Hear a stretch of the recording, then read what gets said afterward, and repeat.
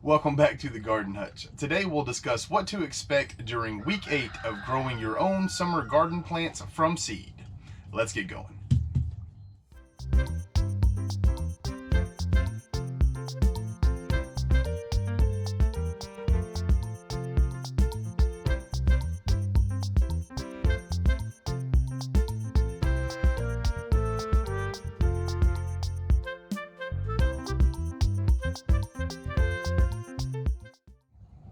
Well, we made it. Week 8 is the final week of this series.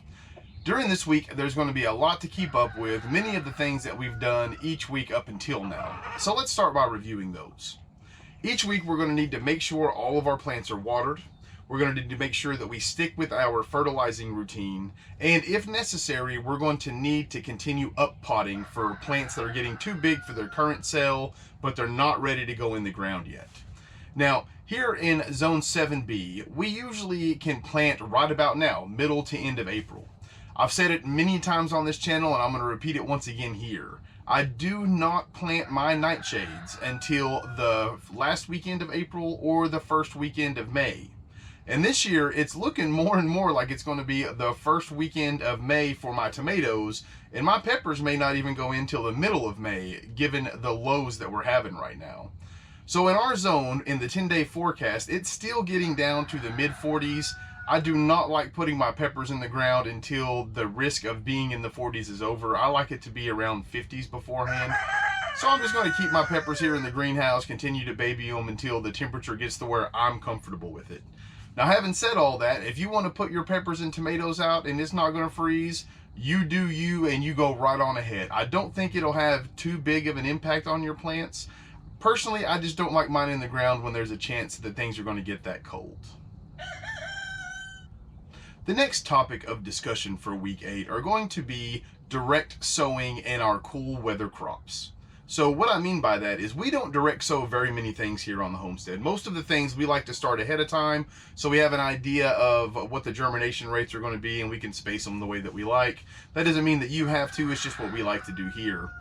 One of the things that we do direct sow, though, are radishes. And this is the last week that we'll direct sow radishes in the ground. Those radishes should be up right around the 1st of June. Once it gets past June, we can't grow radishes here in 7B. They'll just kind of start going to bolt. They'll get really woody. They're just not worth eating. So this will be the last ones that we put in the ground until September. So we're going to make sure we enjoy those. Another thing that you can do is it's time to go ahead and put any of the cold weather stuff that you have in your greenhouse, it's time to move that into its permanent garden spot. The reason for this is a lot like the radishes, right? Like your lettuces, your greens, that sort of stuff. While they may not bolt directly when it hits that 90-degree mark, they will start getting more bitter than you want them to be to eat at that time. So in week 8, in addition to all the other stuff that we need to make sure we look into for our plants, we need to make sure that we direct sow anything that we want to direct sow. If you want to do your beans, okras, any of that kind of stuff, now's the time to put those in the ground. We also need to move all of our cold weather crops that are in our greenhouse into their permanent spot in the gardens, just to make sure we have a chance to enjoy them before it gets too hot. The next topic for this final week of our seed growing guide is going to be a few tips on putting your cucurbits in the ground. Now, cucurbits is just a way of saying melons, cucumbers, squashes. You also have things, gourds, that sort of stuff, but we don't plant those. When you go to put these in the ground, let's just make sure that we give them a really good dose of fertilizer. Make sure the soil they're going into has a lot of organic material and it drains well. Cucurbits are really susceptible to root rot. So what you don't want to do is put them in a place that's going to have standing water or anything along those lines. Now, at this point of the year, you still have time to address any of your garden issues. If you've noticed over the last few weeks it's raining and you've noticed the area that you're going to put your cucurbits in have started to sort of pool water, or it remains overly wet after a couple days of wind and sun, what you can do is just work in some compost or some shredded leaves. In our area, we like to use shredded leaves because we have all the oak trees around the property. And if there's a spot in your garden that doesn't drain very well, when you go to turn the soil, if you put in a few handfuls of those shredded leaves, work them into the soil, you're going to find that that soil will drain significantly better. And it's way better to take the time right now to fix the soil than it is to put those plants you've been working so hard to get going in the ground, only to have them wither and die because the roots have rotted out. Now, another thing I wanted to address during this sort of the tips of planting, let's talk about our nightshades real fast. Again, we're not planting them this week here, but in your zone you may be, or you may be south of us or in a warmer climate, or you may be watching this in a couple years from now.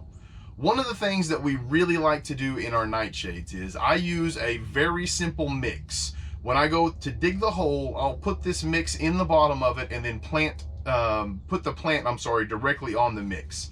All the mix is Epsom salt, bone and blood meal, and then I take some eggshells and I crush them up real fine. Now, I'll go into all of the reasons for this in the upcoming video next week on next Wednesday, I believe. We're going to talk about our fertilizers, how we do our fertilizing routine, and what we use here on the homestead to ensure that we get a good harvest. But for right now, all you need to know is if you use those 4 things, mix them equal parts, take just a small handful, put them in the bottom of the hole before you plant your nightshades, it's going to help you avoid a lot of the problems that many people have. Most notably things like the leaf spot or leaf rust, it's called in some places. It'll also help your plant fight off diseases such as blight, and then it will also make sure whenever it starts to fruit, it's got everything that it needs to avoid the blossom end rot. So the final topic that I would like to cover are the miscellaneous plants. Now, here in the greenhouse, we like to keep copious amounts of pollinators and things like lettuces, greens, that sort of thing. Now, again, it's time to go ahead and put all of your cool weather stuff in the ground. With the exception, I will keep about a dozen lettuce plants and a dozen oddball pollinators. I'll also hold on to several of my basil plants. The reason for this is once it's time and we get all the plants in the ground, including our nightshades, which will go in about a week from now, what I like to do is I like to have about, 36 plants or so that aren't huge space takers. So that's why I use things like basil. I'll use the cool weather crops, the greens or the lettuces, that sort of thing. I'll also use pollinators like marigolds or asters or anything along those lines. A lot of times when you go through and you originally plant your summer garden, it's going to look somewhat bare because a tomato plant is going to be really small whenever you first put it in the ground, and come about into June or so, early July, it's going to be massive.